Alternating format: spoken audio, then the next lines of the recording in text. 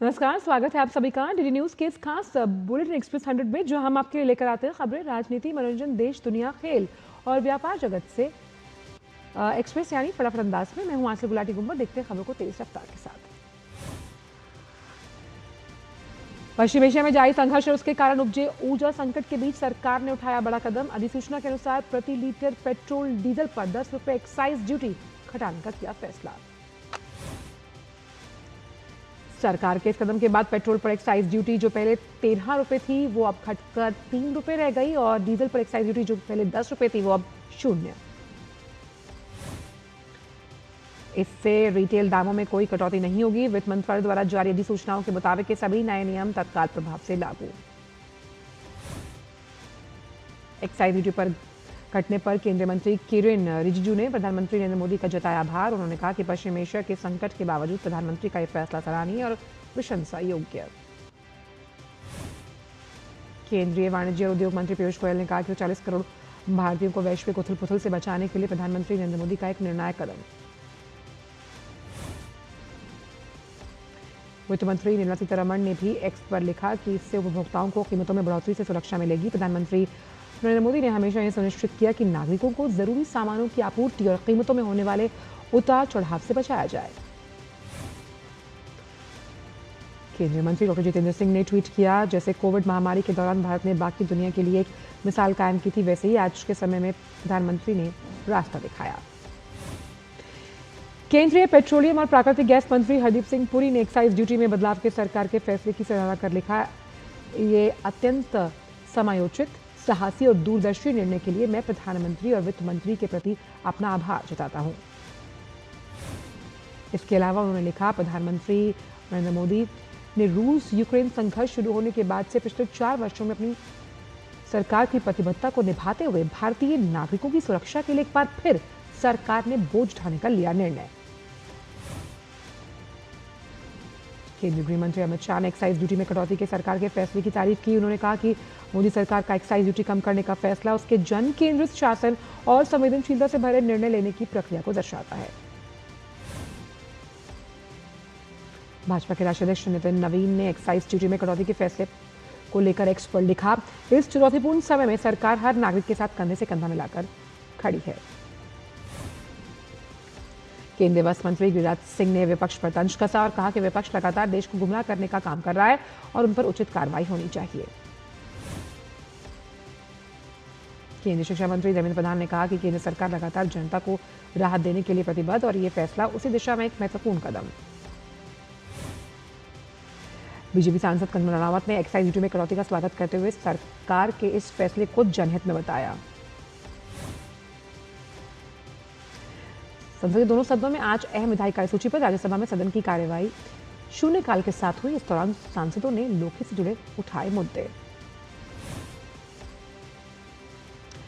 उस सदन में वित्त मंत्री वित्त विधेयक 2026 पर चर्चा का प्रस्ताव करेंगी। ये विधेयक लोकसभा से पहले ही पारित हो चुका है। चर्चा के बाद वित्त मंत्री विधेयक को लौटाने का भी प्रस्ताव रखेंगी। वहीं राज्यसभा की कार्यसूची में आज विनियोग संख्या 2 विधेयक 2026 भी शामिल है। वित्त राज्य मंत्री पंकज चौधरी 23 मार्च को सदन में पेश किए गए इस विधेयक पर हुई चर्चा का जवाब देंगे। वित्त मंत्री निर्मला सीतारमण विनियोग संख्या 2 विधेयक को लौटाने का प्रस्ताव रखेंगी। वहीं लोकसभा की कार्यवाही प्रश्नकाल के साथ शुरू हुई। लोकसभा में आज दिवाला और शोधन अक्षमता संहिता संशोधन विधेयक 2025 सूचीबद्ध सदन में 25 मार्च को पेश हुए इस विधेयक पर आज भी चर्चा जारी रहेगी। वित्त मंत्री निर्मला सीतारमण इसे पारित कराने का प्रस्ताव भी पेश करेंगी। दोनों सदनों में कई महत्वपूर्ण संसदीय समितियों की रिपोर्ट भी सदन के पटल पर रखी जाएंगी। केंद्रीय रसायन और उर्वरक मंत्री जेपी नड्डा ने लोकसभा में बताया कि सरकार की तरफ से मैं जनता को आश्वस्त करना चाहता हूं कि देश में फर्टिलाइजर्स की कोई कमी नहीं है और देश में पैनिक क्रिएट करने की कोई आवश्यकता नहीं। सोशल मीडिया पर हाल ही में एक भ्रामक पोस्ट में दावा किया गया कि भारत के पेट्रोलियम मंत्रालय ने आधिकारिक तौर पर घोषणा की कि भारत में अब सिर्फ 2 दिन का पेट्रोल बचा है, लेकिन पीआईबी फैक्ट चेक ने इसे पूरी तरह फेक बताया। साथ ही बताया कि पेट्रोलियम मंत्रालय ने ऐसा कोई बयान नहीं दिया। देश की रिफाइनरियां 100% ज्यादा क्षमता पर काम कर रही हैं और भारत के पास अगले कई महीनों के लिए पर्याप्त तेल है।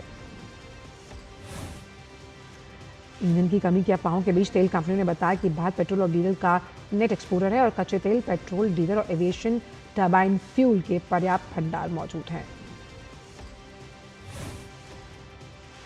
एचपीसीएल ने भी सोशल मीडिया पर अपने बयान में कहा कि देश भर में पेट्रोल, डीजल और एलपीजी की कोई कमी नहीं है।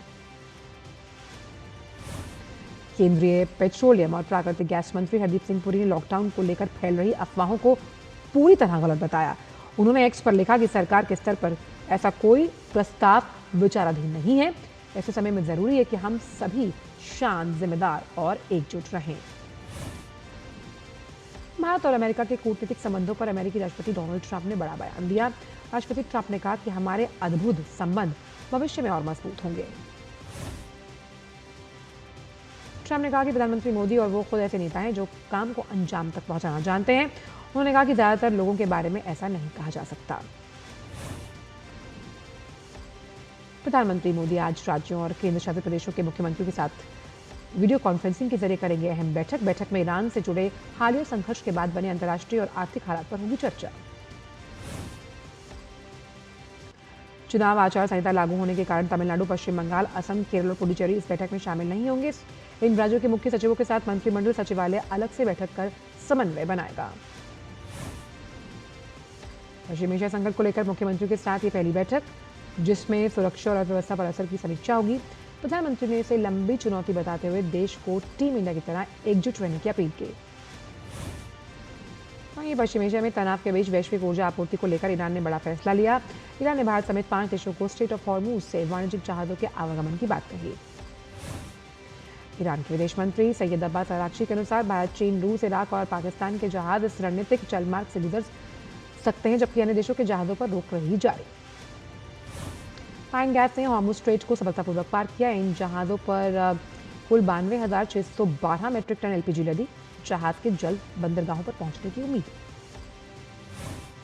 चैत्र नवरात्र का आज 9वां दिन। आज के दिन मां दुर्गा को समर्पित किया जाता है। साथ ही आज रामनवमी भी है। इस मौके पर दिल्ली के झंडेवालन देवी मंदिर और छतरपुर मंदिर में पूजा अर्चना की गई।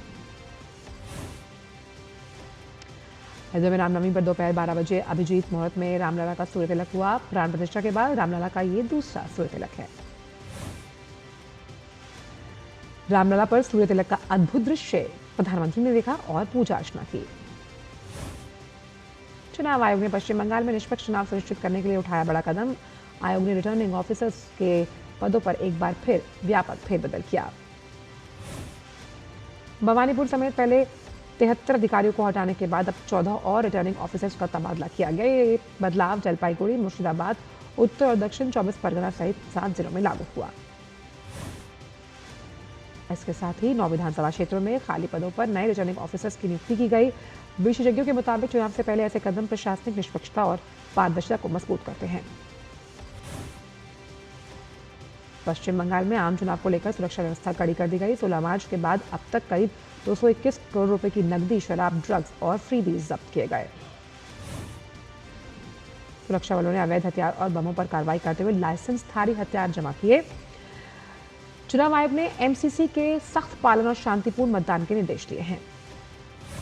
केंद्रीय मंत्री सुकांता मजूमदार ने टीएमसी पर निशाना साधते हुए कहा कि चुनावों के दौरान राज्य में लोकतंत्र कमजोर पड़ जाता है। उन्होंने आरोप लगाया कि पश्चिम बंगाल में प्रशासन निष्पक्ष तरीके से काम नहीं करता। हरिरामपुर की रामनवमी रैली का जिक्र करते हुए उन्होंने राम राज्य की बात कही। इस बयान के बाद पश्चिम बंगाल में चुनावी माहौल और ज्यादा गर्मा गया। विदेश मंत्री एस जयशंकर ने बृहस्पतिवार को फ्रांस में आयोजित G7 विदेश मंत्रियों की बैठक में संयुक्त राष्ट्र सुरक्षा परिषद में सुधारों, शांति स्थापनों के अभियानों को सुव्यवस्थित करने की जरूरत पर डाला प्रकाश। बैठक के दूसरे सत्र में IMEC और पश्चिम एशिया के तनाव से पैदा हुए अनिश्चितताओं पर चर्चा हुई। जयशंकर ने यूरोप और ब्रिटेन के साथ मुक्त व्यापार समझौतों से IMEC की बढ़ती उपयोगिता और वैश्विक समर्थन की सराहना की। जम्मू कश्मीर के पुंछ जिले में भारी बर्फबारी के बीच पीर की गली और पफलियाज के बीच हिमस्खलन की घटना सामने आई। इस दौरान कई वाहन रास्ते में फंस गए, जिससे यात्रियों में अफरा तफरी का माहौल बना। मेयरों की टीम ने तेजी से कार्रवाई करते हुए 20 से ज्यादा गाड़ियों को सुरक्षित बाहर निकाला और मार्ग को आंशिक रूप से बहाल किया। भारतीय वायुसेना की सूर्य किरण एरोबेटिक टीम आज से चंडीगढ़ की सुखना झील पर 2 दिन के वायु प्रदर्शन का आयोजन कर रही है। मौसम विभाग ने पश्चिमी विक्षोभ के प्रभाव से आज 31 मार्च के बीच जम्मू कश्मीर, हिमाचल प्रदेश और उत्तराखंड में बारिश और ऊंचाई वाले क्षेत्रों में बर्फबारी की संभावना जताई। मौसम विभाग ने पूरे उत्तर भारत में आंधी चलने की संभावना जताई। पंजाब, हरियाणा, पश्चिमी उत्तर प्रदेश और राजस्थान में गरज चमक के साथ हल्की से मध्यम स्तर की बारिश की संभावना।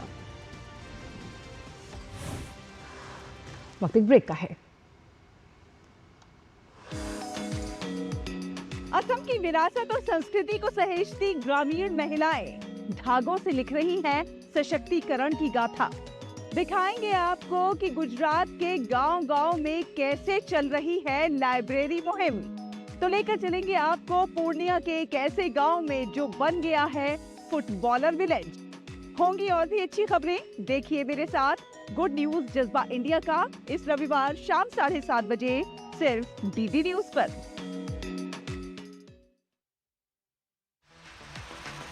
साइबरनेट में इस बार होगी बात एलपीजी स्कैम्स की।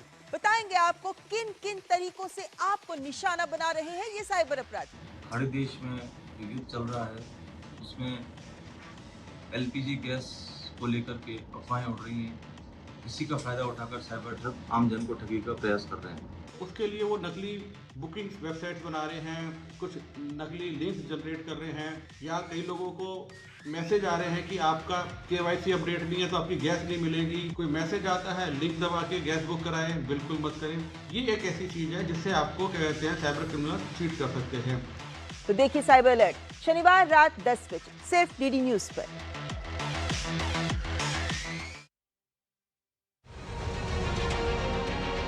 क्या नए फैक्टर्स हैं जिसकी वजह से कैंसर इतना भयावह रूप लेता जा रहा है? आजकल डिटेक्शन बेटर। एक सर्जन जो कि यहाँ बैठा है और 5000 किलोमीटर दूर एक सर्जरी कर सकता है। रोबोट में क्या है कि पेशेंट के ऊपर रोबोट होता है, रोबोट की आर्म होती है, 4 आर्म, वो अंदर एब्डोमेन में होती है, और सर्जन वहाँ नहीं बैठता। सर्जन ऐसे में जैसे यहाँ बैठा हुआ हूँ, दूर एक कोने में ओटी में ही बैठता है। कौन कौन से कैंसर को टेली सर्जरी के जरिए ऑपरेट किया गया है, ट्रीट किया गया है? कैंसर की बात करें तो मैं आपको वो कहूँगा कि यूरो कैंसर में kidney removal, partial nephrectomy, bladder removal, prostate, इन सब में यूज़ हो चुकी है।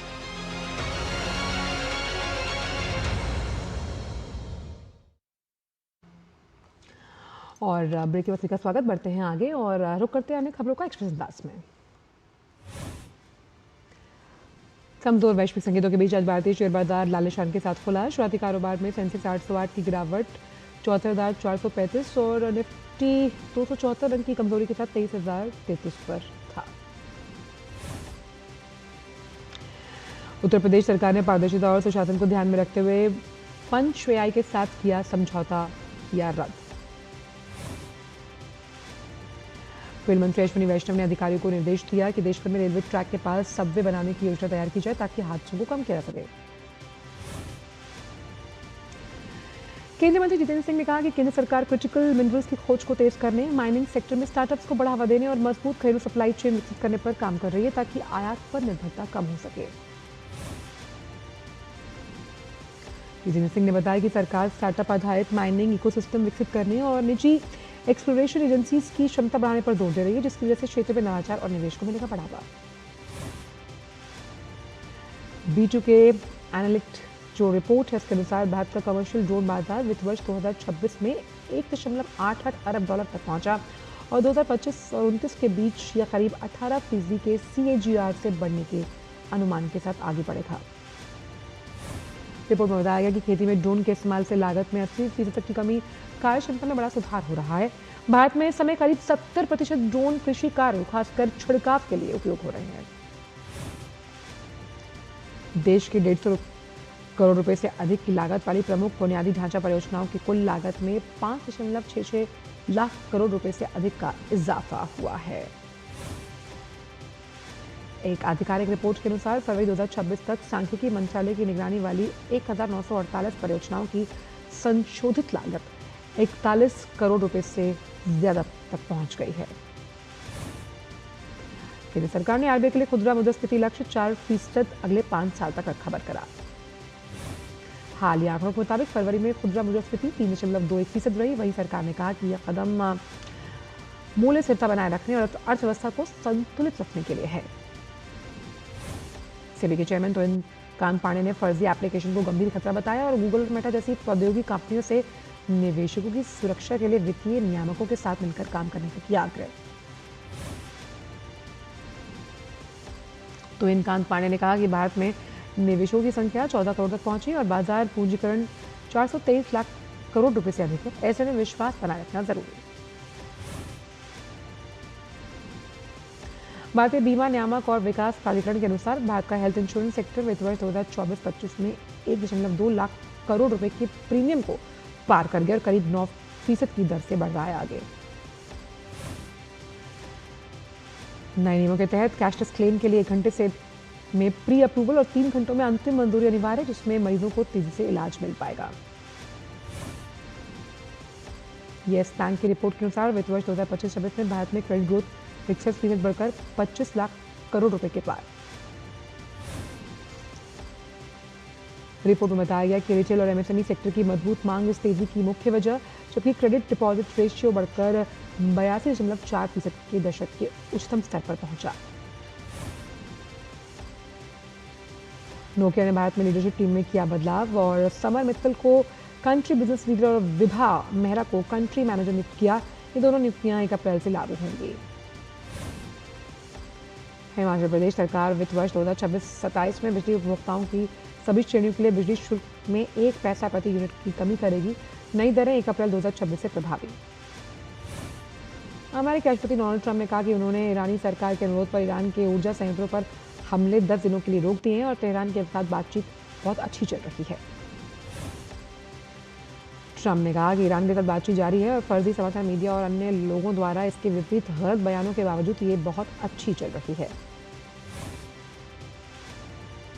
अमेरिकी राष्ट्रपति डोनाल्ड ट्रंप ने नाटो को की कड़ी आलोचना करते हुए कहा, ईरान संघर्ष के दौरान गठबंधन ने अमेरिका को कोई ठोस समर्थन नहीं दिया। डोनाल्ड ट्रंप ने नाटो को कागजी शेर बताते हुए आरोप लगाया कि अमेरिका अपने सहयोगी की रक्षा करता है, लेकिन बदले में उसे सहयोग नहीं मिलता। राष्ट्रपति डोनाल्ड ट्रंप ने कर्मचारियों की कमी को दूर करने के लिए 50,000 परिवहन सुरक्षा प्रशासन यानी टीएसए कर्मचारियों को वेतन देने के लिए कार्यकारी आदेश लाने की घोषणा की। निजी सुरक्षा विभाग के अनुसार फंडिंग विवाद और आंशिक शिकायतों के कारण सैकड़ों सुरक्षाकर्मी इस्तीफा दे चुके हैं, जिससे देश भर में हवाई यात्रा प्रभावित हो रही है। हूती नेता अब्दुल मलिक अल हूती ने इजरायल और अमेरिका के खिलाफ ईरान के समर्थन में इस्लामिक कर्तव्य निभाने की बात कही। अब्दुल मलिक अल हूती ने मुस्लिम देशों से एकजुट होने का आह्वान किया। अपने भाषण में उन्होंने संकेत दिया कि हालात मांगने पर हूती सैन्य कार्रवाई से पीछे नहीं हटेंगे। अमेरिकी रक्षा सचिव पीट हेग्सेथ ने ईरान के खिलाफ चल रहे अमेरिकी इजरायली सैन्य अभियान पर तीखा बयान देते हुए कहा कि हम बमों से बातचीत करते हैं। उन्होंने दावा किया कि ईरानी सेना गंभीर रूप से कमजोर हो चुकी है। फ्लोरिडा के पूर्व अमेरिकी प्रतिनिधि मैट गेट्स ने सीपीएसी में ईरान पर जमीनी हमले का विरोध करते हुए डेमोक्रेटिक पार्टी के नेताओं, एंटी डिफेमेशन लीग और अपनी ही पार्टी में व्यापक फूट की आलोचना की। अमेरिकी विदेश मंत्री मार्को रूबियो G7 बैठक से पहले फ्रांस पहुंचे, जहां वो G7 देशों के विदेश मंत्रियों के साथ अहम बातचीत करेंगे। इस दौरान सऊदी अरब, भारत और दक्षिण कोरिया जैसी आमंत्रित देशों के अधिकारियों से भी उनकी मुलाकात होगी। वार्ता में ईरान पर अमेरिका इजरायल के हमलों और यूक्रेन रूस के बीच चल रहे संघर्ष पर भी चर्चा होने की संभावना। G7 की बैठक में यूरोपीय देशों ने रूस पर आरोप लगाया कि वो मध्य पूर्व युद्ध में ईरान को खुफिया जानकारी और ड्रोन तकनीक देकर अमेरिकी सेना को निशाना बनाने में कर रहा है मदद। यूरोपीय संघ की विदेश नीति प्रमुख काजा कलास ने कहा कि रूस की ये भूमिका क्षेत्रीय तनाव को और बढ़ा रही है। रिपोर्टों के अनुसार रूस ईरान को उपग्रह तस्वीरों और ड्रोन अपग्रेड में भी सहायता दे रहा है। मेक्सिको की नौसेना ने कैरेबियन सागर में 2 लापता नौकाओं की तलाश के लिए सर्च ऑपरेशन किया शुरू। क्यूबा के लिए मानवीय सहायता लेकर जा रही थी। नौसेना ने एक बयान में कहा कि दोनों नौकाओं में से कोई संपर्क नहीं हो पाया, ना ही उनके पहुंचने की पुष्टि हुई। नौकाओं में विभिन्न राष्ट्रीयताओं के 9 चालक दल के सदस्य सवार।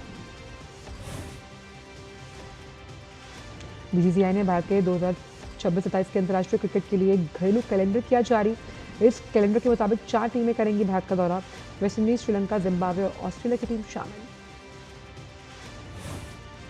बीसीसीआई के 2026-27 कैलेंडर के मुताबिक इस दरमियान 22 अंतर्राष्ट्रीय मैच देश के 17 शहरों में होंगे आयोजित। अंतर्राष्ट्रीय क्रिकेट के घरेलू सीजन की शुरुआत वेस्टइंडीज के खिलाफ सीरीज से, जहां 3 वनडे मुकाबले और 5 मैच की टी20 सीरीज। आयोजन ने कहा कि अब से ओलंपिक खेलों में महिलाओं की श्रेणी के इवेंट्स में हिस्सा लेने वाली केवल वही जैविक महिला एथलीट पात्र होंगी जिनका लिंग निर्धारण एक बार किए जाने वाले जीन स्क्रीनिंग टेस्ट से किया जाएगा।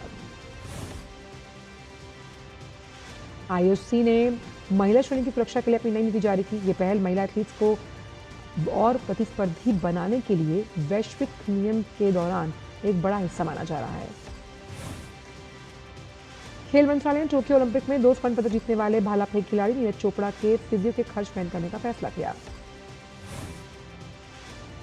ओलंपिक पदक विजेता नीरज चोपड़ा ने जेएसडब्ल्यू स्पोर्ट्स के साथ अपना संबंध समाप्त कर दिया, इसलिए मंत्रालय ने उनके खर्चों को वहन करने का लिया फैसला।